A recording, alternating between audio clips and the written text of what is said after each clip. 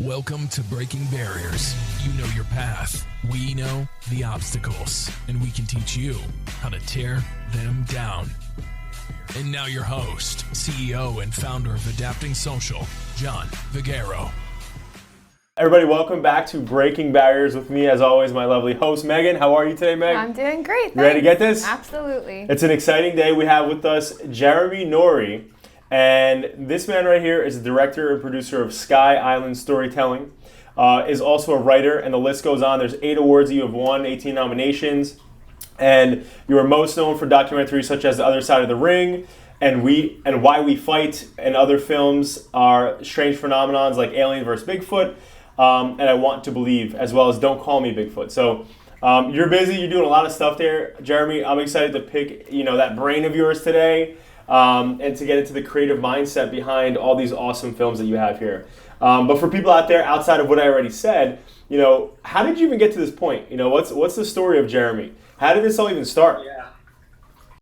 My journey is extremely different than the average person in film. I was in the cannabis industry. Oh. So I grew up in California and I lived in Hollywood, and I'd been around film my whole life. I love film and TV and all the things kind of around performance and entertainment. And I gravitated towards a lot of that in my younger days, doing like plays and things like that. Right. But I never did anything like in film. I never went to film school, none of that kind of stuff. For whatever reason, I never pursued that direction. I had the love, but I never pursued it. And right. Doing one of the things that I was doing in the cannabis industry, I realized I wanted to document it. And at first it was kind of just like a highlight video thing that I started. And then it became a greater project. And ultimately that's what led me to being in the film industry, is just like the whole process of like making that project.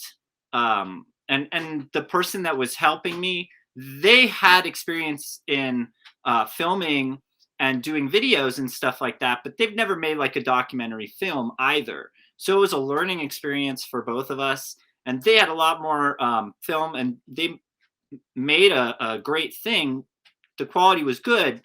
So it was like putting it all together and figuring that out, and then trying to get it like distributed and that whole thing. And it was a crazy journey, mostly with lots of doors shutting. And I think a lot of people would have quit. But I pursued it, and I eventually met people that were authentically doing things in the film industry. And they kind of just parented me into it.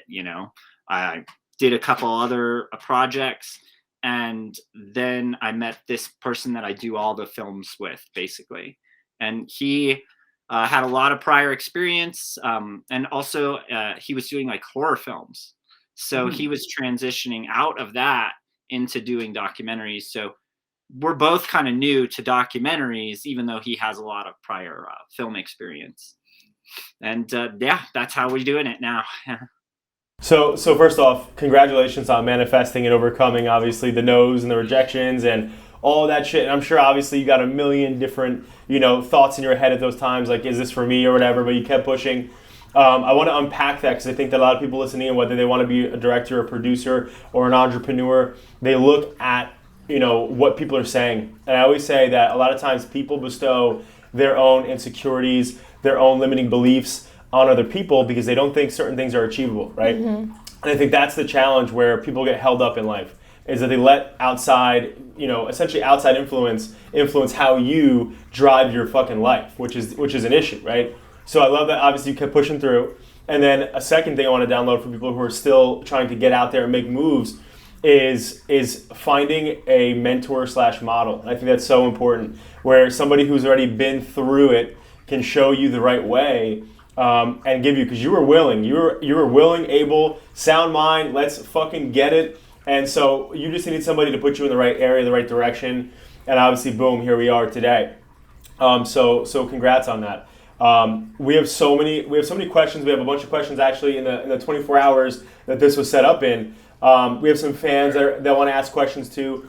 But I'll let Megan start first with her questions before I start diving in, because I'm a motor mouth, so I'll let her start off first. Oh my goodness. Well, I think it's something, you two actually have something in common, the fact that you had to go around to different doors looking for ways to get your business out there, right? And you had all of these doors shut in your face. John went through the same thing in the early stages of adapting social.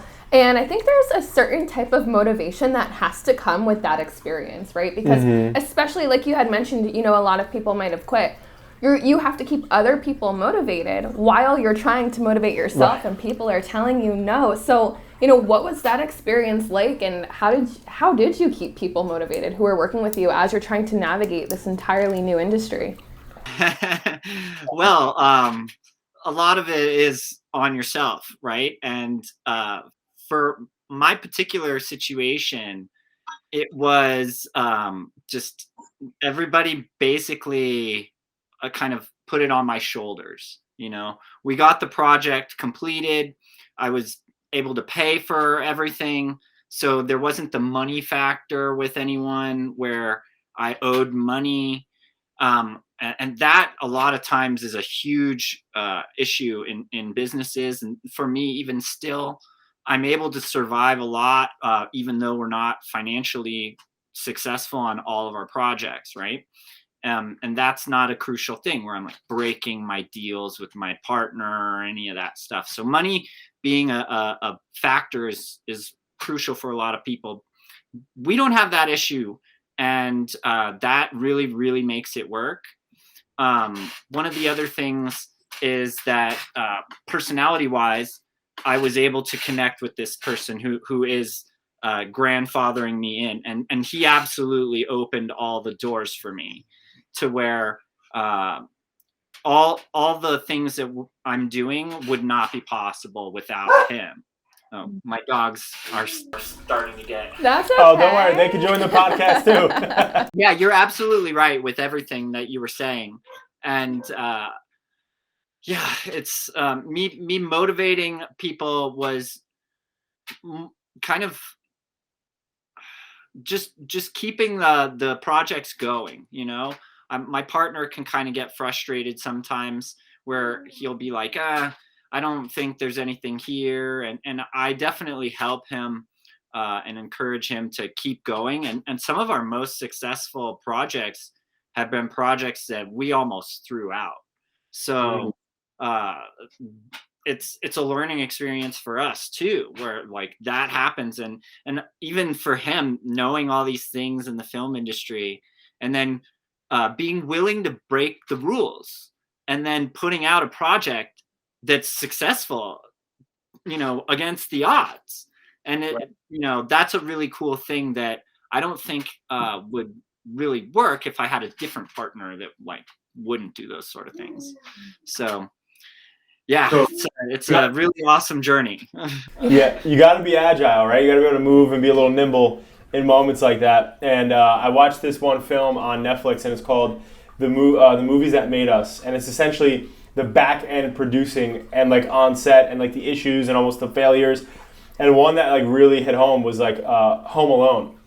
And I always looked at that movie. Obviously, it's a classic, iconic film for the the holiday season.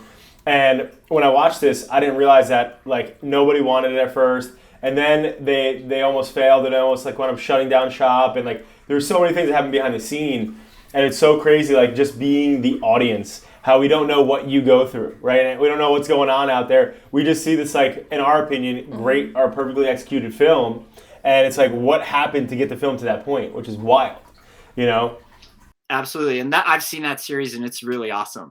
Yeah, so everybody watching has to watch that as well. One of the questions I have for you, and this is also a question that somebody asked is there a producer that you've always looked up to or / currently look up to right now / director?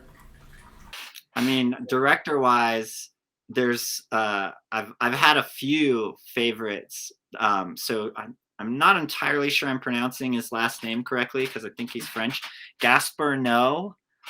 He made a film called Irreversible that I think is truly horrifying movie. And I love Darren Aronofsky, who is kind of more well known. So he did quite a few films. He did Pi and some other stuff.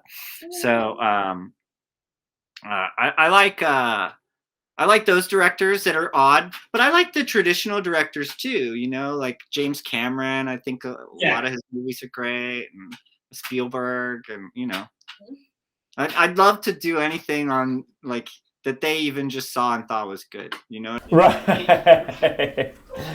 That would be something, right? Yeah, of course. Thank you for that. This podcast is sponsored by Dr. Joe No Solar and Hatteras. Dr. Joe is an expert with the leading residential solar company in the country. His passion to help others, combined with the goal of having the world run on the sun, can change how our planet is powered forever. It costs you nothing and can either totally eliminate your electric bill or at least cut it down significantly. It's essentially free money. Go to www.drjoenosolar.com to see if you qualify for solar and help make the world a brighter place. I mean, who doesn't want a lower electric bill, right? I mean, come on, why pay if you don't need to? Exactly. They're going to be putting panels in your house next week, Meg. I already scheduled it. I hope so, honestly. And next up, another proud sponsor is Hatteras, a leader in print-based communications. Their services range from high-end impact mail and packaging to retail graphics and environmental branding. Hatteras helps global brands engage with their target audience through the power of print. Reach out to them at hatteras.us for help with the next print project. They also obviously make some great signs. Anybody who has looked at our Adapting Social, lit up LED sign that's in the front of our office. It's incredible. We love it. And that is all from Hatteras. So thank you, Hatteras. How does your creative process work? Like, is there a certain thing that you do when you're starting to like write or think about next film? Like, do you go on top of a mountaintop and just sit there and ponder? You know, how does it work for you in this creative process? Sure. So that I'm entirely in charge of, basically. And so the film process between me and my partner is that he lives in Georgia. So originally we lived in the same city and worked together. I do all the filming. I set up the interviews. I decide kind of what projects we're doing for the most part. I think almost exclusively. And I shoot all of them. I set up the lighting. So all of that I do. And then I send it over to him and he does all the post process. So my process for deciding on what projects I do mostly is like what things I'm interested in and what might be popular.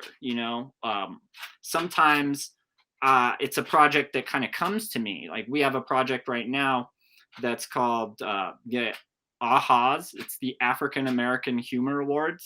And so that project came to me, and they had seen something else that I had done, and they knew one of the people in it. And so they contacted me and they presented me their project. And I thought, oh, that's actually a really wonderful story. I'd love to tell that story. So in that sense, it's just like that. For like UFOs and stuff like that, I've been a fan of film and I watch all of that stuff. And so for the most part, it's financially, what can I afford to do? What time-wise do we have? Because we're trying to put out projects that make money in a quick process, Right. So I would love to do a film that took multiple years to do, and I travel all over the place to film, but we financially cannot afford to do that right now. So what interviews can I set up? Where can I do them? All that kind of stuff comes into it. And then my general thing is I want to tell a true story. I don't really want to present one side that I think is like the story. So I try to do as much as I can to tell the whole story. And I think that that's what people like about our films. And we're not like, not being like ominous about it. Like there's not like scary music and like, me with black, like night vision, or we're just telling the stuff, kind of hitting the general points that people care about, and just trying to be really authentic and yeah, so far so good. I think we're getting better as we do them too. So that's awesome, man. Thank you for sharing that, Meg. I'll let you dive into another question. So two of the five like top films on IMDb have Bigfoot in them. So is this something that you're just into? Is this something that you've seen? If you've seen Bigfoot, I definitely want to know. You have struck a dilemma with my filmmaking, and hopefully something that you guys can help me with. Okay. Because our most popular films are by far these strange phenomenon films. Right. And, like Bigfoot, I think millions of people have watched that movie at this point. When we first released it, it was hundreds and thousands of people a month watching it. Right. And so that was one of our first films. As far as quality of film, I think that it's kind of near the bottom as far as what we did. It's not a bad film. I watch it and I think, it's all right. I like it, the story that it tells, and it does cover everything in a good way. But it's not our best work. And our best work is, I think, some of this athletic stuff that we've done, our newer stuff, for the most part. And for whatever reason, those are just not hitting. They're just not getting watched by anywhere near as many people. I feel like when people see Bigfoot, they immediately are like, I have to watch this because if it's real or if it's not real, like I want to know where it stemmed from. It's just a curiosity that people have. Yeah, and the other ones have done really well too. Like our other one, Alien Contactee, that one is extremely popular. And that's the one I was referring to. It breaks all the rules. It's like short. It's like one shot, like one guy the whole time. All kinds of things that you're not supposed to do, really, for a documentary. But for whatever reason, that movie is extremely popular. And, our other strange ones do well, too. But you know what? I think it's interesting because, it's like at the end of the day, how much content are we consuming now on all these different streaming channels and, that's being accessible out there. And then you think about what type of the same type of TV that we're watching regularly. Yeah. And then when there's something different and quirky that comes out, it's different and unique, right? As opposed to like, I know because when you and I spoke on the phone a couple of days ago, you mentioned how like you were super proud of, again, as you mentioned, the more fighting stuff and the more athletic stuff you're doing. But how many people are doing athletic stuff right now, right? It's like, but versus like, the cool stuff too and the quirky stuff. Not that that's not cool because I love sports. But it's so interesting. And I think that that's like really, really got to be, especially for somebody who's like super up and coming, where it's like you're trying to break into, something that's going to build a lot of money, a lot of revenue, really get obviously everybody's names that you're working with out there. And it's like taking inventory of like, well, what can that be even in the future, right? Like, what's the next films that are going to friggin' put us out there on the map, like you said earlier, and have Cameron or Spielberg watch it, right? So I feel like it's not really what you say, it's how you say it, and that goes into film too, right? Like we see the same stories over and over and over again, even just, in the industry alone, they're all just told different ways. And I think the same thing goes to say with like a documentary versus something that you see in the theaters, right? Same story, it's just said differently. So I'm excited to see what you do next. I'm excited to see how we can help you with this athletic film too. Yeah. We have a few different movies that are about to be released. So we did just complete a ghost movie. So this is our first dive into that. We thought, okay, what's similar to it's paranormal, Bigfoot, and let's go do one about this. And we had a person that was in one of our other movies help us connect to a few different people, and we think it came out really, really good. So that one we're hoping does really well. I just completed a psychedelic medicine. Well, it's almost complete. We have the first 2 episodes, and then the 3rd episode is almost done. Psychedelic medicine. And so that's a topic near and dear to my heart. So I'm very happy with that. That's a trending topic too. I keep seeing a lot of articles on that. Yeah. And then the movie that I talked about, the original movie that we shot, it was 8 years ago at this point, that is completed and now just about to be released. Congrats, man. Let's go. That's partly about me. So it's called The Secret Cup, and it's a traveling international hash competition that we were doing, mostly in quasi-legal, all over. I did a couple internationally. I did them all over the United States.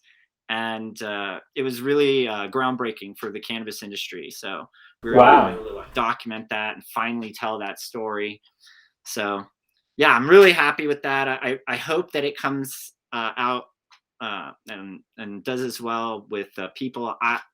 It's about me, right? So I'm a little partial to it. So I'm hoping that other people like it as much as I like it. Do you know where it's going to be? Like, where can we find it? Not yet. So we're experimenting with some other distributors this time. But typically, my films are going on Tubi TV. That's the biggest place that you can watch them. They get onto all kinds of other smaller platforms. And we get like a list. My partner handles all that side of it, so I don't know as much details about it. But I usually go on my website as soon as they're on Tubi, and I put a whole link to go watch them because they're free to watch on Tubi. And Tubi's owned by Fox, so they have 20 or 30 million something followers or subscribers or whatever it is. So that's decent, and that's where we get the biggest turnaround for most of our stuff right now. For a while it was Amazon. We have a few that are on Amazon. We'd love to get back on Amazon, but they have a whole thing right now with documentaries and independent films in general. So yeah. And we have a couple on Pluto TV, which is CBS, and those do pretty well too. Yeah, I think I've heard of Pluto before. Yeah, Pluto's free also, and all of those free ones, they get a lot of promotion from so Fox, you'll be watching NFL, and they'll have Tubi TV ads and stuff, so that helps. All that promotion that they do on their other major platforms really helps to benefit our stuff as independent filmmakers. Definitely. Now, as an independent filmmaker, do you like working with, the average person that you meet on the street, or would you rather work with, professional actors and actresses? What's the division between the two? So for us, I like people, we're telling genuine stories, right? So actors and actresses, I like that they know how to look good on camera, but they could also be putting on a show. Mm-hmm. And when you're doing a documentary, you're looking for authenticity, Right. And so I don't want this to translate in a bad way, even if they're telling a true story. If they're kind of hemming it up too much, it's not going to translate right. So I just like somebody with a good personality that can, not get too lost in their thoughts. If they can translate it in a fairly quick and efficient way. Mm-hmm. And I try to do that myself sometimes. So that's the best is somebody that just has a great personality and is authentic. Yeah, makes sense. Well, what I like, and I was going to ask you, so I just recently, I've never been big into watching TV or movies and stuff like that. When I started my company, I was 17 years old, so I bypassed loving music or loving TVs and shit like that. But recently, now, I'm really starting to get into TV and movies. And as I mentioned to you, my wife and I have a movie Monday where we watch a different movie every Monday. You're up this up and coming Monday, which is AKA today. So we're watching Bigfoot. But one of the questions I have for you is, have you ever? So I just finished the show on the series Sopranos. Have you ever seen that? Absolutely. I didn't make it all the way through, but I made it through enough. Okay. It got very good eventually. Right. So one of the things, though, that I thought was interesting, though, is because a lot of those people that were acting in that film were first-time, big breaking actors, right? Mm-hmm. Obviously, besides James Gandolfini had some roles that he played that weren't massive, but they were good enough for him to get that role, obviously. Mm-hmm. But other people, the guy Paulie Walnuts was somebody who was actually a criminal, Yeah. who they casted on because he was just like a good guy for the role. Do you find yourself? I know obviously you're doing authentic stuff, but when you're looking for these types of things, do you find yourselves looking for, you know, people who you think like don't have to have any sort of accreditation? You'd rather go for authenticity, you said, right? Oh yeah, I absolutely. When I'm looking at a topic, I try to go to somebody that is established in that topic to a certain degree. So I like also working within a circle. So if I find somebody that I want to work with, I'll often say, hey, who else should I talk to that is in your circle that, you know, it will help to tell this story. And that helps tremendously, because when they know that each other is working together, it really motivates them to kind of do the project and then provide me with the things that I need as a filmmaker. Yeah, that is probably the biggest thing. That's a smart strategy. Yeah. And It's tough. It's you know, when you're trying to find people to interview, a lot of times it's really difficult. Like right now, I'm having an extremely difficult time finding this last person for my psychedelic medicine documentary. I need a somebody who will carry a voice of authority on the history of Native American use of psychedelics. So that has to be a specific kind of person. I can't just have my friend do it. You know, that's not going to be what people want to hear. They want to hear somebody that looks like Native American tell this story. And you know, I mean, otherwise, if it's not somebody that looks like a Native American, they have to be, you know, so solid on their facts, just exceptionally professional and impressive on their knowledge. You know, you have to believe that they know what they're talking about. Yeah, that's, and again, and I can see that being very tough, scouting that out and finding that. Yeah, it's tough. So as we get close to the end here, and we're so appreciative of your time, Jeremy, and so what's next for you? And also, when it's all said and done, what is it that you want your legacy to be remembered as? Oh boy. So I've lived a crazy life, you know, and I watch all these movies, and my life is kind of like a collaboration of all these crazy movies. And I think, wow, it's so amazing that I have this story that incorporates all those things. It would be nice someday to do something important enough that somebody wants to tell my whole story in like maybe a series of films and things like that. That would be like an ultimate dream if I'm like really fantasizing out there. But you know, I also, I'm fairly much a minimalist type of person. I don't want much. I'm a happy guy. I'm very pleased with the way that things are, and as long as people don't think about me in a negative way, I'm kind of happy with that. If they just remember me as a nice guy and remember me in general. That's awesome. That's awesome, man. And so again, we're so grateful, man. Megan, any final thoughts or questions? No, I think I'm good. I would ask you, like, what would be the title for your documentary? Oof, great question. Great question. Yeah. For this legacy documentary. If you had to pick it. And obviously, this is obviously a visceral reaction right now, so we're not going to hold you to it. But in this moment right now, what would be We'll have to add a disclaimer, like, may change over the next few years. Yeah. I mean, like, I don't know, like, it's like this story of, I mean, I guess you see it in a lot of things where I was a very nerdy kid. I had a kind of tough childhood, and then I grew up getting exposed to all these wild like things. It's like I'm like a rock star kind of like lifestyle, and then the cannabis industry stuff, and now the film industry stuff, and you know, who knows where it's gonna go from there. Titles are hard for me. It could be like the evolution. The titles, but yeah, I mean, the infamous Jeremy Norrie. I don't know. It would be a real treat. And I'll be probably, if this story ever does get told, it'll probably get told after I'm long gone. Oh, I love it.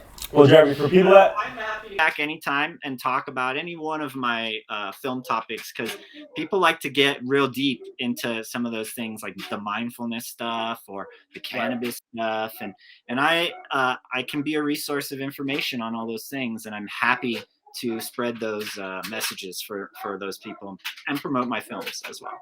I like that, and speaking of that, so for the people that are going to be listening into this in the very near future, where can they find you? This is where you hashtag plug yourself. So maybe like Instagram, social media, Twitter, Facebook, your website. Where can they find you, interact, engage with you? The easiest thing, almost all of those things are on my website, theskyisland.com.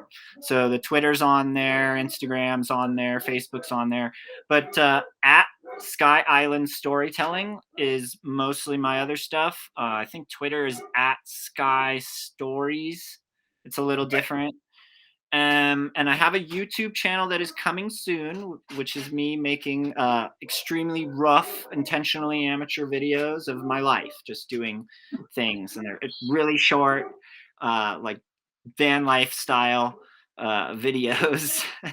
and I hope to someday do like a bunch of van life videos. That's my current like fascination and weird dream of doing a project, is like doing some sort of a live in a van and tell a story. That's really cool, man. Well, again, time is one asset we don't go back, Jeremy, so you being here today means the absolute world to us. Everybody listening in, please go give my man Jeremy Norrie a follow.